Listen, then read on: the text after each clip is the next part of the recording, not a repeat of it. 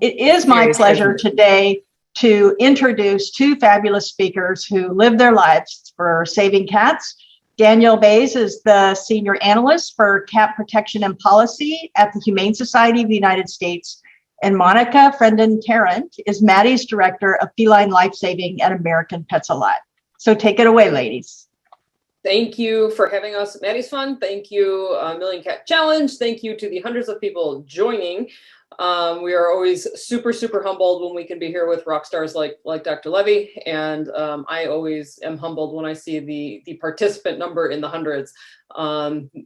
It's our time for cats. And so I'm so thrilled that you are all here and participating. So Danielle is going to kick us off, and we're going to talk about language that we use that is potentially harmful to cats, and you may not be aware of it. And so hopefully this will be fun. Hopefully it will get you thinking. And after this, you can maybe peruse your own website, your own policies and orgs, and think about whether we are accidentally harming cats in some of the language that we accidentally use. So I will turn it over to Danielle for the first couple slides. Thank you. I just want to say I am so disappointed that I am not able to play bingo while we do this. So we're going to have a rematch at some point later on. But welcome. Thanks, everyone, for coming. I'm so excited there are so many people here. Monica and I talk a lot about cats, and we wanted to start having this discussion about some of the words we use, because we recognize that, some things that are really common in the language and how we talk about cats is really not that good. And there's some challenges. And we're not perfect. We're all learning this and figuring this out. And we want to have this discussion and bring everyone in so we can figure out what might be some better options, what some challenges are, and kind of feedback from other folks. So, I just want to set the stage of this, is that we've been thinking about this a lot. And that's a lot of it. It's that we're thinking about it. We don't necessarily have all the answers, and we hope that we can all evolve together. And we anticipate having this conversation for a good long time, and it being a process of how we evolve and choose our words. We can go to the next slide and think about how the words we use are really important, especially right now. We seem to be at a really critical point in time about trying to really influence public opinion about cats and cats in our community. So the particular words we use and the stories we tell, that's the narrative. It's going to reflect about what we think about those cats, but also shape what other people think about cats. We want to think about the different audiences and what the words we use might already mean to those audiences, and not just what they mean to us. And obviously there are words there's a correct way to use them and an incorrect way to use them. Word definitions do change. They evolve over time as well. But we don't want to push that and use a word in a way that is not the way that people are going to understand it. So a lot of this is really how we can build that positive culture around cats in our community, and really get people on board with our mission and our programming, and not use words and descriptions of cats that are actually going to be harmful and make our work harder, because our work is hard enough.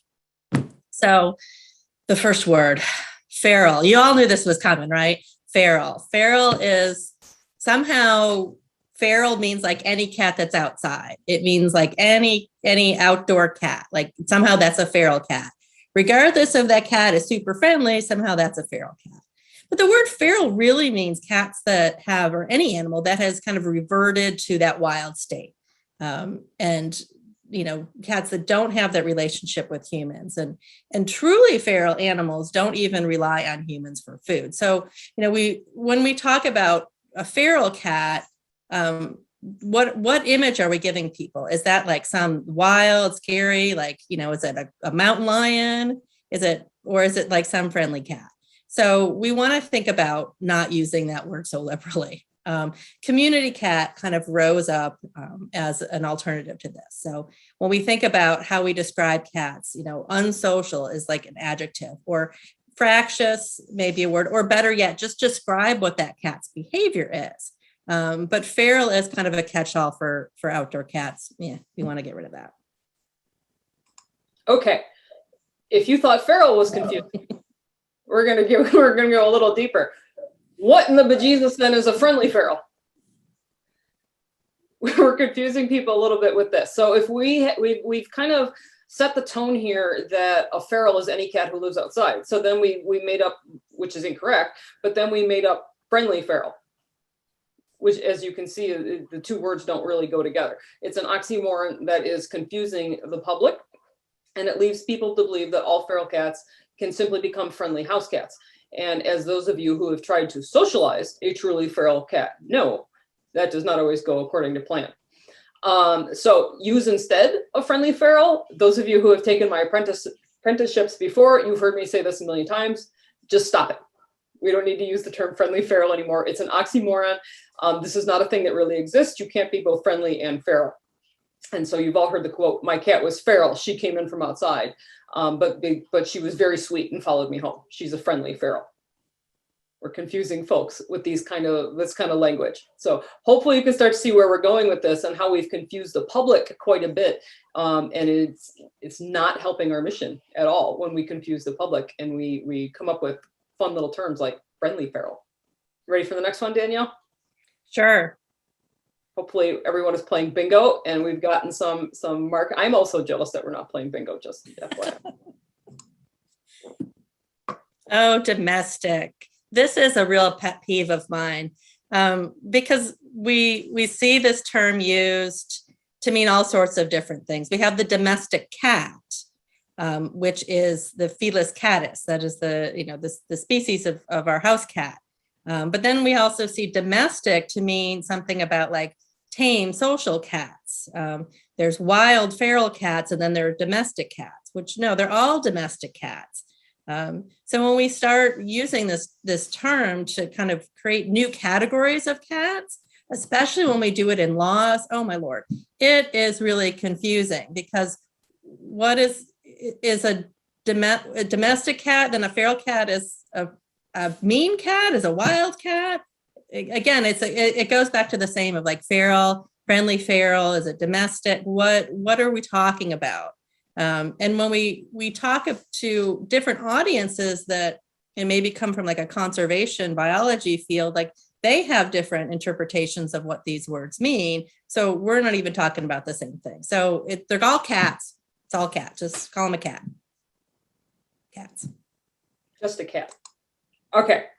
This is a good one. We have confused everyone on the word stray cat, the term stray cat. All the time we hear it's either a community cat or a stray cat, and we often believe, or we've changed this term to mean that a stray cat really means a friendly cat, right? If you find a friendly cat outside, a lot of us, especially for intake decisions, assume that cat is lost or stray. When stray actually means stray means it's moved, but it's gone astray, it's lost. But you can have friendly outdoor cats. So just because it's friendly does not mean it's a stray cat. So literally means a cat who's gone astray or is lost, but we like to call all those guys who are in community cat programs who are friendly, that's a stray cat. When in actuality, you can be a community cat and be of any temperament.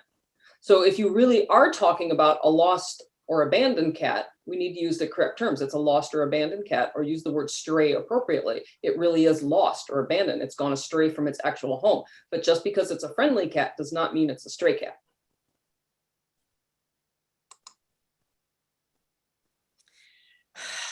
Trap, neuter, release. Yeah, no, it really pains me just to even use that term. It's return, trap, neuter, return. I don't know the history of how this all happened and how we have trap, neuter, release versus trap, neuter, return. But we really want to emphasize the return, because that's what it's about. It's about returning the cat to where the cat came from. And this became really important to me when I was having conversations with some anti-trap, neuter, return kind of conservation folks. And they were saying that they would support trap, neuter, release, because to them it meant we're removing the cat, we're releasing the cat somewhere else, like to a shelter. So we have to be very careful about what we mean when we talk about releasing a cat. Like, yes, release, we're going to open the trap and release the cat out of the trap. But what we're really doing is return. So we really want to say trap, neuter, return. I can't, it's even painful for me to see this on the screen here. So I feel like we should get a prize for having to go through all the words now that are painful to us. Okay, the next one that is painful to me, and I still catch myself saying this one because it is used so often in our industry. And it's funny because as Danielle and I were writing this presentation, I keep hearing myself using these words now, and I want to slap my wrist, tell myself to stop it. So if you are experiencing the same thing, you are not alone. I am still catching myself every now and again saying return to field. I need to stop it. When we say return to field, if you are not in the industry, if you are not familiar with all the jargon that we use, it sounds like we're opening up the car door and just shoving the cat out in a nice meadowland somewhere. We're returning it to field. In actuality, field is an industry term meaning on the ground or away from the office. But we're confusing the public further by saying return to field. They don't know what that means. It's an industry jargon term. So again, we're going to recommend that you use return to home. That makes sense to everybody. Everyone understands the word home, which is why we recommend that we shift everything from return to field, trap and return. They're all return to home programs. And if we unify the language that we use in this way, we're going to stop confusing folks and gaining some traction on and buy-in from the community on how these programs work and why they benefit cats. So I catch myself all the time, and I'm challenging all of you to stop it with return to field and start using return to home. I'm personally not releasing any cats into the Alps of Switzerland here, although that sounds quite lovely, but that is the image that it conjures up. Yeah, and I think that's really important to remember that we're struggling with these. These are terms that we use. I have a whole book called the Return to Field Handbook, but we have to think about how these terms resonate with other audiences. And that's the same with like habitat. When we talk about where these cats live and their habitat, one of the biggest challenges that we have in community cat work is building those bridges with the conservation community. We all really do want the same thing of, fewer cats outdoors. We don't want them, breeding like crazy. But we need to understand that we can use simple terms that we don't think about, like habitat, where they live. That really is a hot button issue for them. Like my pet peeve, is their pet peeve. Like, so things like habitat. Habitat is not an appropriate term when we're talking about like releasing a cat in my backyard or, behind the shop and sip or whatever your local market is called, So we want to return those cats back home. Again, return to home. This is where the cats live. Return home, not habitat, not field. So you see a pattern here. So it's a part of it is like retraining our brains to say these things. I can't believe someone got bingo already. To our esteemed moderator, someone has called bingo. So it's because we're so chatty. We use words. That's the problem. Danielle and I start talking about cats, and then it's 4 hours later. All right. So the moderators will address bingo while we keep moving on to the next one. I'm verifying the words right now. I'll let you know when it's real. Awesome. All right. Here's the next one. This one is problematic on multiple levels, and it's going to be very difficult for some of us to change this because the word colony is deeply entrenched in our work. There are lots of orgs who have colony in the name of their organization. There are thousands of ordinances on the books that use the word colony to describe a group of cats. So a couple big problems with the word colony. For starters, it conjures up the image on the right of our screen here, where it looks like there's just millions and millions of cats living together in giant hordes. And cats do not live like that. It doesn't paint a great picture when we say a colony of cats. The other one is the word colony. We have come to realize as we all try and be better humans and be more diverse and equitable and inclusive, that the word colony is racially insensitive and comes from a colonial background. So it supports the concept of cats as being invasive and non-native. It's racially insensitive, and it conjures up these images like you see here, tons and tons and tons of cats. I have started using group. It's a group of cats, and I catch myself again with this one all the time. I'll say, yeah, I need to go to the group of cats. It's a group of cats. You can certainly use the word clowder if you like. That is the correct term for a group of cats. I personally cannot say the word clowder without laughing in front of a couple hundred people on a presentation. And whenever I type clowder into Google Drive, into a Google document, it wants to change it to chowder. So I've given up on clowder, and I just go with a group of cats so that I'm not being racially insensitive, and so that I am not conjuring up these images of billions of cats living behind the market, like Danielle was saying.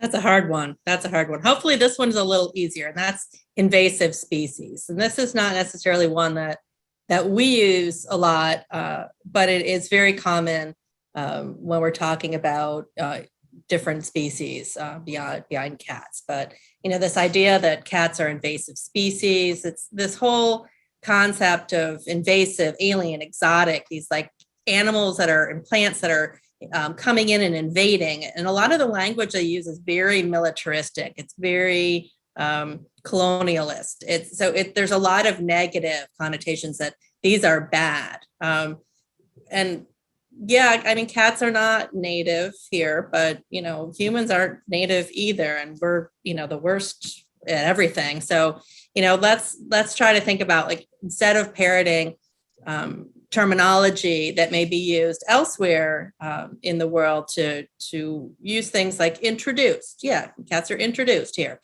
It's not necessarily a good or bad, it's just a fact. Or don't say anything. Don't talk about it at all because it's not really relevant. We have enough challenges dealing with things without having to, you know, deal with the alien invasion of cats on our continent with their little tanks and their little helmets. I mean, I might be for the alien invasion of cats on tanks. I kind of. Anyway, this one is my pet peeve. I get 2 slides on this because this is my big pet peeve. Danielle's got hers. This is mine. Drowning in cats. The way that we talk about cats as an organization, as advocates, as shelter workers and volunteers and advocates has to change. I see this all the time on social media. We're drowning in cats. We're overrun with cats. It's in our press releases. The local Humane Society is drowning in cats. They're urgent. They're desperate. When you talk about cats like this, you are devaluing them to our market. And what is that teaching people? That these cats are like locusts, or like a pox upon your home. You're drowning in them. They sound like a terrible burden. They certainly don't sound desirable.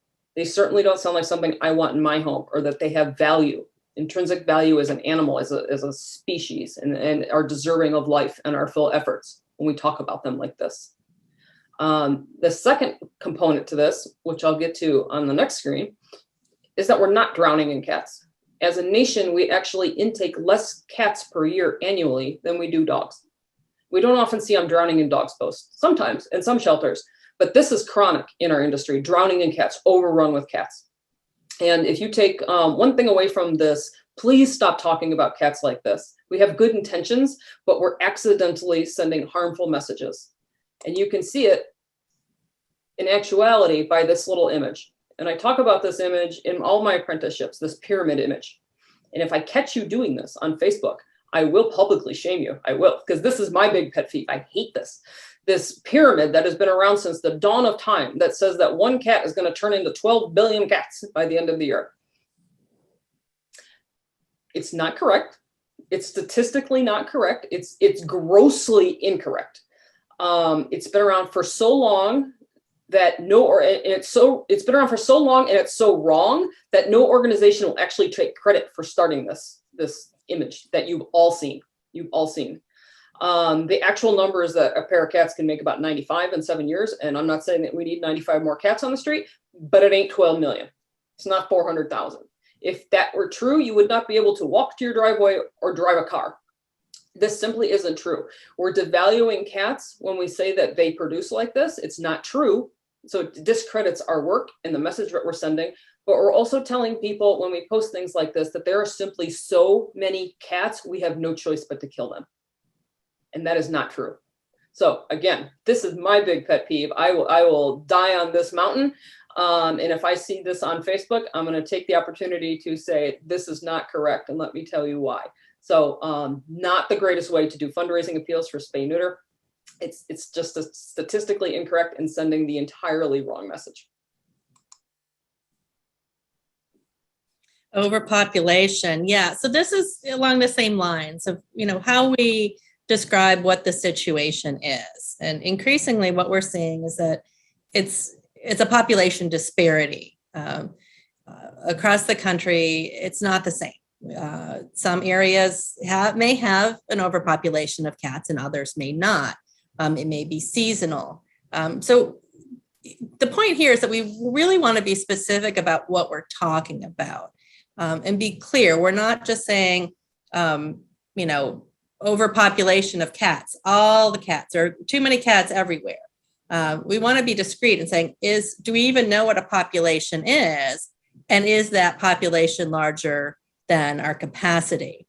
So if you're talking about overpopulation, be very particular, be discreet, and use it more intentionally rather than kind of like, oh, there's all these cats everywhere. Because we want to be thinking more in the terms of having metrics and having data that would support whatever we're saying. When we say overpopulation, it implies that we actually know what the population is, and we know what the population that we would like to have, but we don't. We got to work on that. And we have Dr. Julie Levy here, who's the world's preeminent feline researcher, and she doesn't even know what the cat population is out there. We're doing our best to estimate it, but no one really knows. So yeah. Okay. Using terms like capacity, that, things like that. Just being really precise and thoughtful about the words you use. This next one is a fun one. I think this one is a fun one anyway. And you can go on a deep dive on this. There's lots of research you can do on the internet about this, and lots of really interesting articles.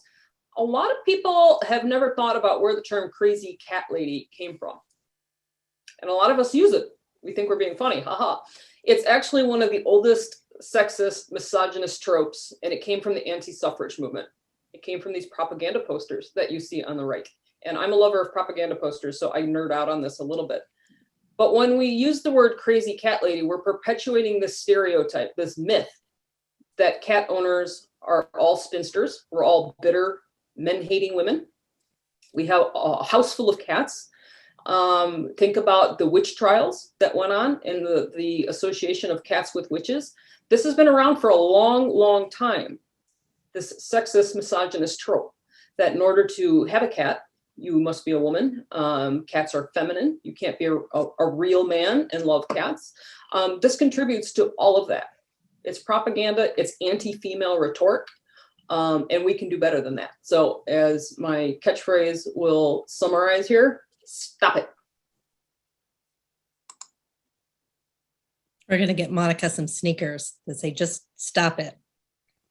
Yeah. So really the point that we're trying to get across is to be thoughtful about how these words and phrases and usage, how it affects our work. And you pulled up a couple examples of things that we saw, but that other things that really kind of are pet peeves of mine. And one of them is like establishing a colony.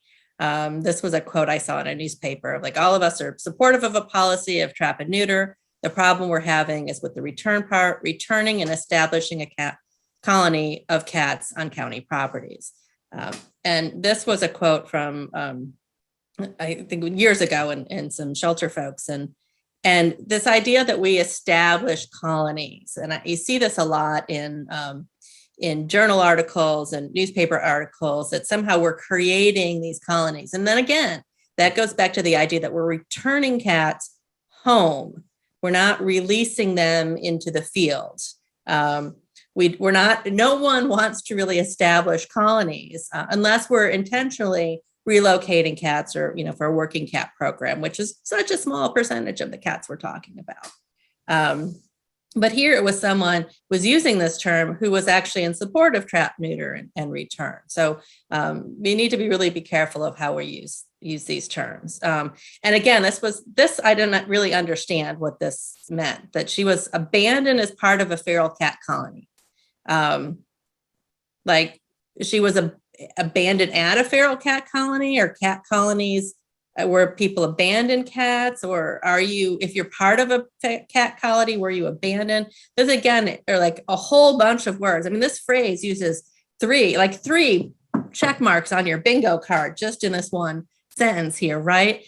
I don't even know what this means. So again, thinking about how we use the terms and how people that don't know anything about what we're talking about will interpret those things, because those are the people in the community that we need to get on board with our programs, support for the ways that we're trying to help cats, we're trying to help the community reduce those populations, help the wildlife that's out there by reducing the populations, get people on board for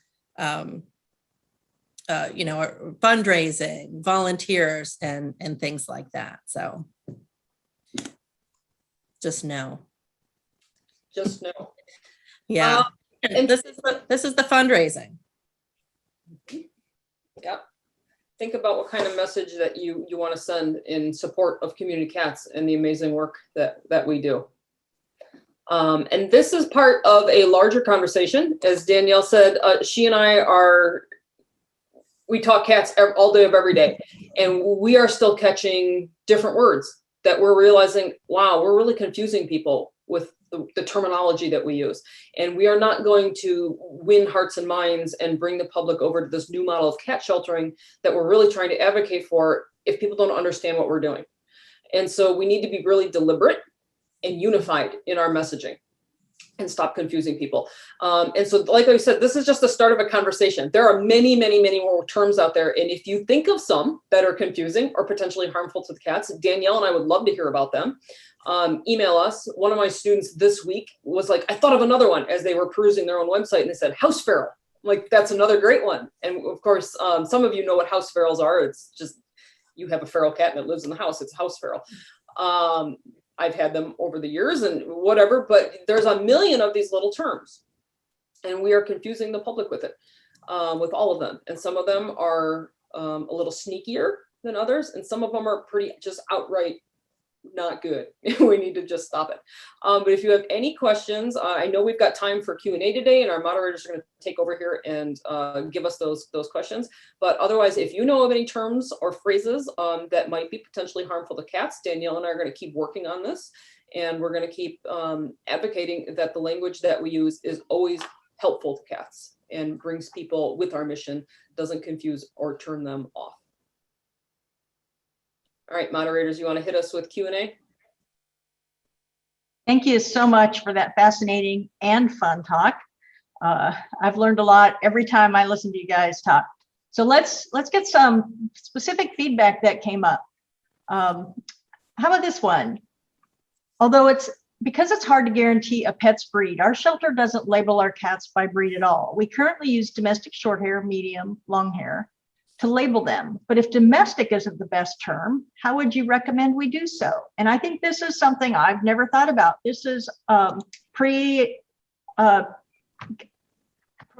into shelter software. DSH and DLH are what we have always called this species by description. So what do you guys say? Those just aren't breeds. That's not a breed. Like, that just isn't. I have a cat, and I have two cats that are siblings. One is short-haired, one is long-haired. Are they different breeds? Came from the same womb? Probably not. I think we need to think about having that as an identification of, that's coat length. That's not a breed. Domestic short hair, that's just because we don't call cats, because they're not a breed, they're mixed breeds. They haven't been categorized by a lot of human intervention into creating a particular, breed, which is all a human thing.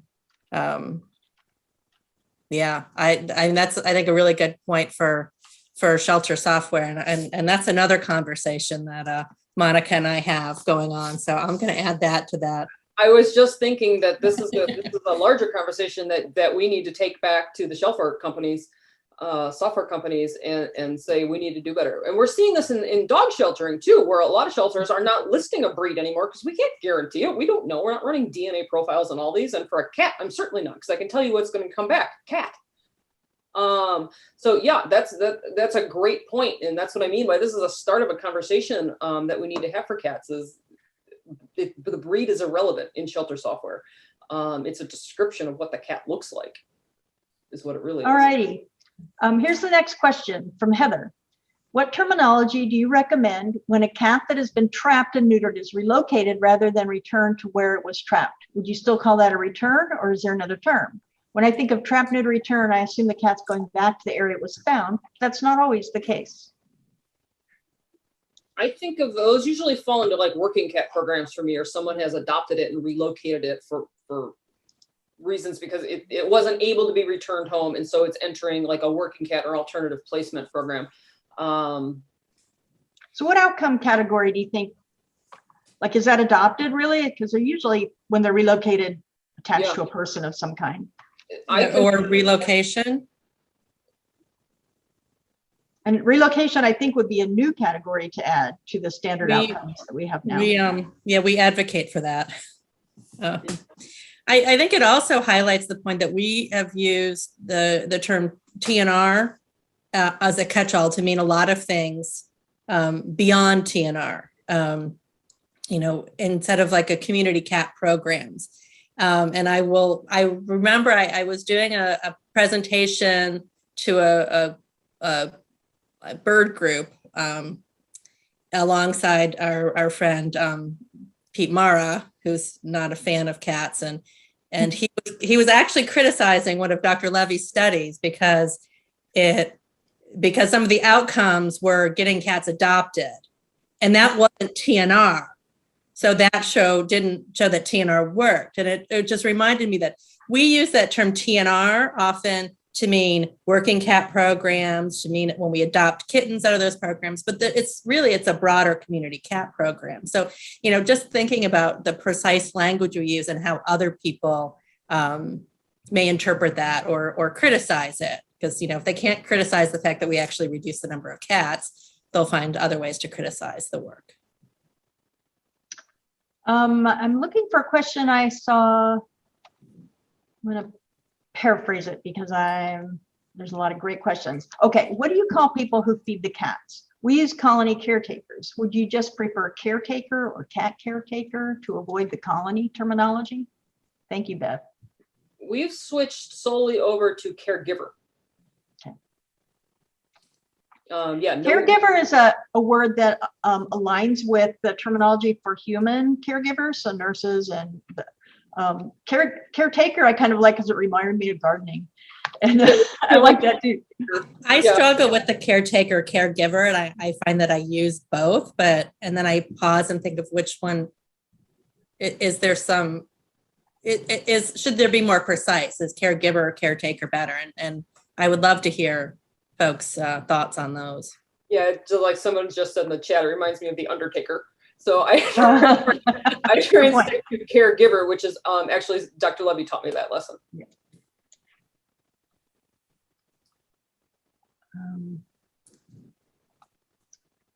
The term, Rachel says, the term owned cat can devalue community cats. Any thoughts on how to deal with this? Owned cat can do what? Can devalue community cats.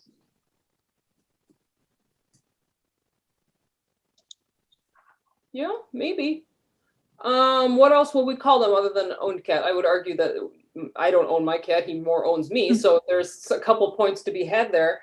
Pet cat? Also gets into like legal questions, which is a whole other discussion about what the term ownership means and that relationship under the law. I think we have community cats that may be actually considered owned by some people, or maybe be considered owned by multiple people. Yeah, maybe pet cat is worth considering. This is an interesting question that was submitted, and we may have made some assumptions by this audience. They asked, can you please explain trap, neuter, return versus trap, neuter, release? So most of us mean the same thing when we say trap, neuter, return or trap, neuter, release. It's just the R has gotten kind of jumbled up a little bit. Trap, neuter, return is the correct TNR. It's the correct R in there. And are we looking for a definition of what TNR is? I think she might have been. Okay, so trap, neuter, return is a proactive effort in which usually volunteers or rescue groups, but some shelters, some organizations, we will proactively go out and find community cats. We humanely trap them. We bring them into a clinic for surgery, vaccination, and any other services that they might need. And then we return them to the exact location we found them. So that's the T, the N, and the R. Ideally, we're then also going to continue to help those group of cats. We're going to monitor them. We're going to watch for newcomers, give them shelter if they need it, and make their lives better in a million other ways and set up relationships, hopefully ongoing, with their caregivers. But that's the TNR, TNR. So the R is the return. We're returning them to the exact place where we trapped them, their home. And I think sometimes by opponents of TNR, they specifically use the release term because it sounds a little scarier, like we're out there releasing cats with abandon. And that isn't at all what we do. A related question here from Amy Mills. How does return to home, or does return to home elicit confusion that the cat has a house and is owned?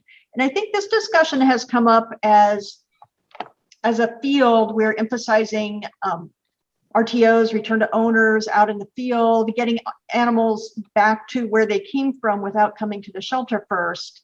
And so we've talked about return to home being a way to describe that we are taking these community cats and putting them back in their home. But that does kind of create some overlap with the concept of returning owned pets to their home.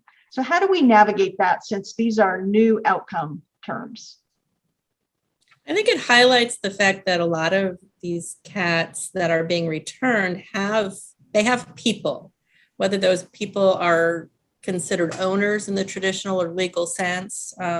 Maybe they are, but that there are people, and that's where those cats are going back to. And I think especially with the return to field, there's a belief that these cats are just being put back out somewhere and they have no one taking care of them. And when we emphasize that it's return to home, we're reminding people that there are people, there's a home, there's a place and people associated with these cats, and that's where they're going back. But return to home is such a new phrase. It's going to take some time to work through it. And I think it's important that is the cat's home. Yes. Even if we don't know if there's a person, there really might not be a person. Like, we should not link the returning to home to comfort that there is a person. There most likely is, because cats hang out where people are. But I think there is some anxiety from some groups to return an animal not knowing who's giving the care. Yeah, I think using that term also pushes us a little bit. I'm forever harping on everyone that we all need to reevaluate what the word home means. Yeah. And it may mean something entirely different to you, but it doesn't mean it's not okay. That an animal or a person's home is still their home, and we have to respect it. And Dr. Kate Hurley and I are going to be doing a deep dive into that on the webinar coming up later this month, if you want to talk more about return to home. And there's a couple related questions about the terminology regarding barn cat, working cat programs. What is the best term to use? Brianna asks, we have an outdoor community cat program where cats that might not make great house pets, not social, interested in people, get care and shelter when adopted as working cats, generally on farms, etc. Do you have any recommendations for the best ways to market these cats outside of avoiding the terms that we discussed? Yeah, I get this question a lot from students because I do a barn cat apprenticeship, and my advice is that working cat, barn cat, you should call it whatever resonates with your community. So in Austin, in Detroit, where I am now, people understand what barns are. Barn cat makes total sense to them. If you are in Manhattan or downtown LA, you may think that you don't even know what a barn cat is, or you say, well, there are no barns, so I certainly can't adopt this cat. But you may know what a working cat is, or a shop cat, or a bodega cat, or a warehouse cat, or a nursery cat, or a vineyard cat. So you need to use whatever term resonates and makes sense to your community. But there's not a difference in programming. It's literally just a marketing term for what is going to work the best with your demographic. Here's a comment from Paula, fearful, may be more descriptive than fractious when referring to a community cat. Fractious implies aggressive, and not all community cats are aggressive, but many of them are fearful of humans. Yeah, I don't think fearful and fractious are the same or irreplaceable. You can be fearful and not fractious, and fractious and not fearful. This is a great place to plug Fear-Free Shelter certification. Yeah. And it is really eye-opening to understand that how much behavior that we don't like in both cats and dogs, or that we interpret as aggression, is actually fear. And also that fear can manifest in different ways, as Monica said. It might be total shutdown and freeze, which may give you the impression that the animal is not afraid because it's not fighting back.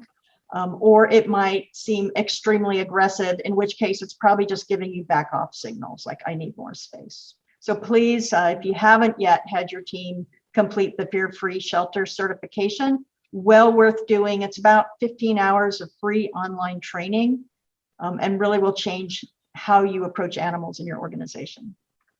Even if you think you know cat behavior, you should do that. I would recommend every single person, I don't care what you do, every single person should take that. I learned so much. But yeah, and I think when you're talking about cat behavior, and this is definitely an area I think we do need to explore a little bit more when we talk about these words. If you aren't limited to just one word, you have the opportunity to talk about exactly what the cat is doing. So you're not interpreting what that behavior is, but you're describing what the cat is doing and how the cat is reacting, instead of just labeling the cat. And this is what I'm learning from my cat behaviorist friends. And I think we can work on this, but the challenge is when someone is just, using a one-word adjective to describe a cat. And we just always are wanting to find that easy descriptor.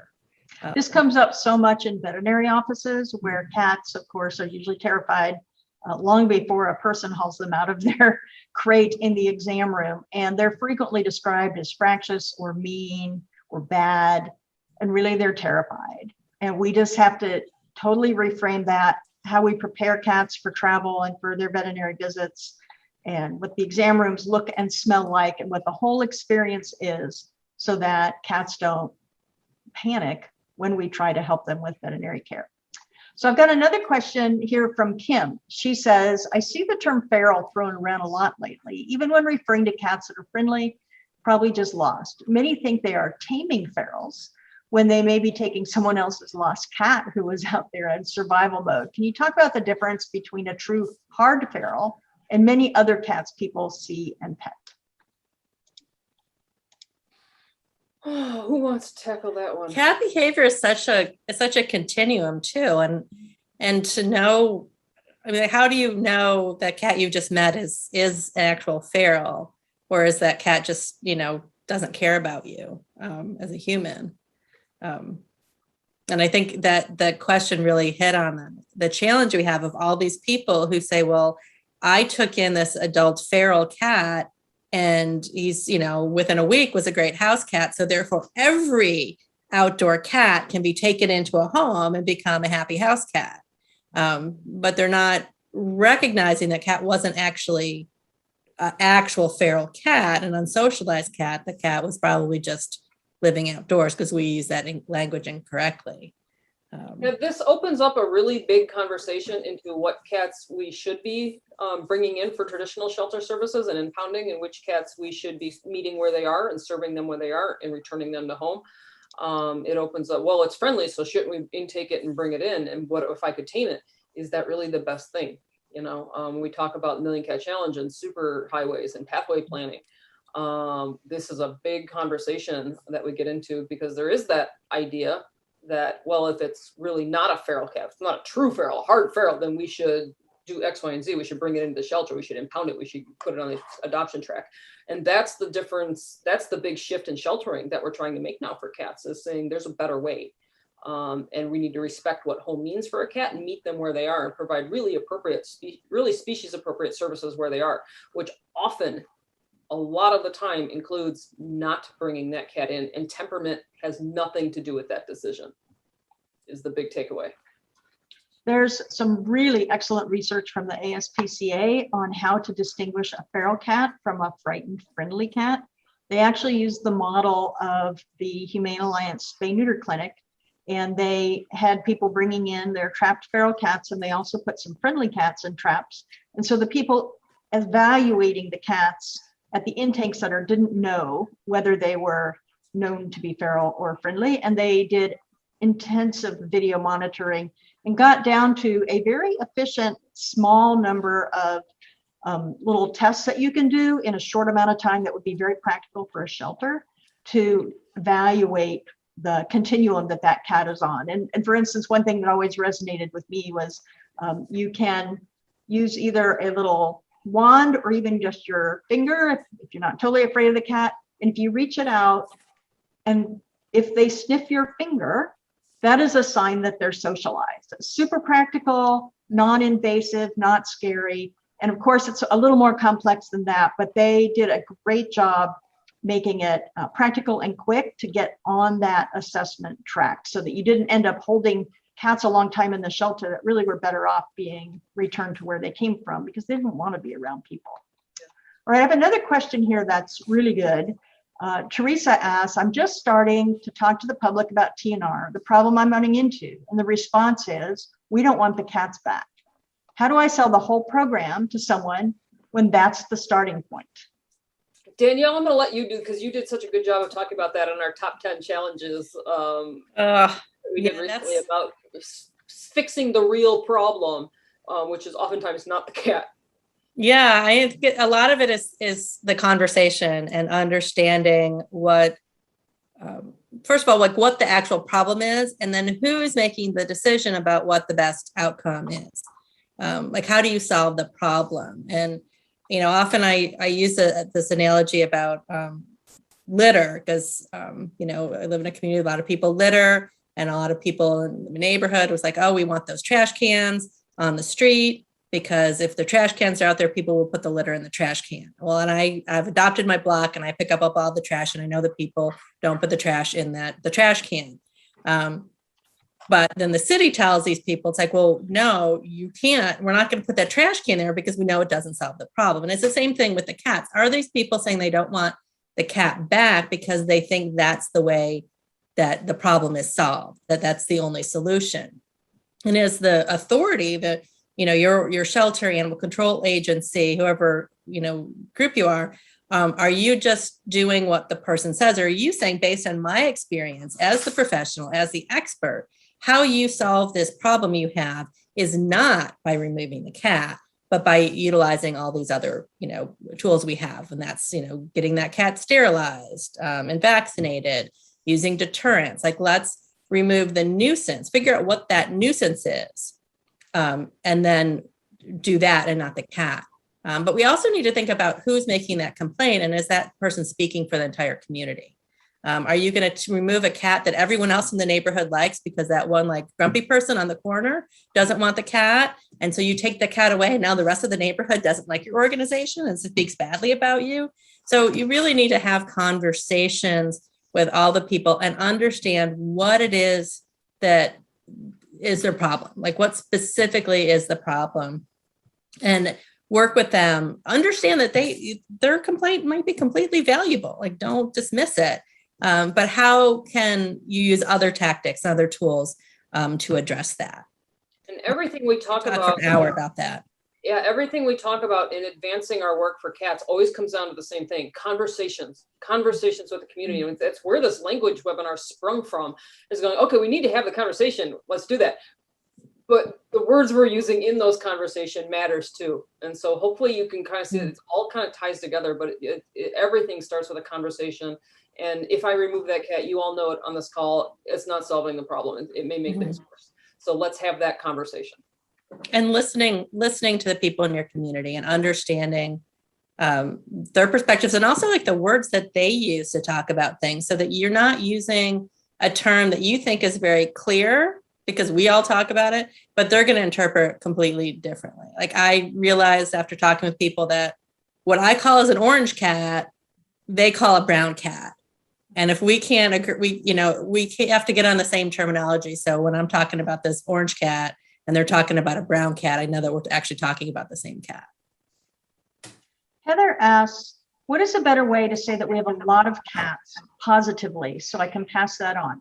And I don't know if she's talking about like a organization that has a lot of cats or a large group of cats. Yeah, no, I get this. It's a marketing thing. And so you know that most people in this country do not know that there's kitten season. They are unaware that kitten season exists. And so if you've ever taken any of my courses, you've heard me equate cats to grapefruits. Kittens are a seasonal product, much like grapefruits. So look at the way that for-profit business markets their seasonal products. You would never, ever find Whole Foods saying we are drowning in grapefruits. If you, these irresponsible, awful farmers just keep dumping grapefruits on our door, and if you people don't come get some, hard decisions are going to have to be made. You would never go buy grapefruit from Whole Foods if that's how they market it. Instead, Whole Foods says, guess what? It's citrus season. Oh my God, we have got all of the grapefruit, 67 different varieties of grapefruit. We've marked it down. It's on sale. Look at how delicious this amazing grapefruit is. Look at all the things you can do with grapefruit. You talk about the benefits and the good, and you make people want to come get the grapefruit. You don't make grapefruit sound like a pox upon your home, right? And so look at how for-profit business does it, because they're very good at seasonal inventory management.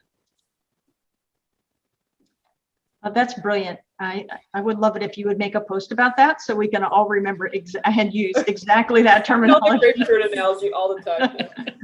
There's actually, just so we can get it on the record, a few other questions, comments for follow-up topics. One is, can we have part 2 of this conversation to address the language you use for cat behavior and talking about phrases like inappropriate elimination, cats are antisocial, cats are assholes. So maybe we could talk about often really as an industry, how we talk internally about cats that maybe hurts our cause. Yep. Someone's asked for a handout with these terms. You are going to, through Maddie's forum, you can download these slides and you can download the bingo cards. So you can have your own record of these terms and also play the game with your staff. So you can spread the word. There you go. Thanks, everyone. everyone. Have a great day.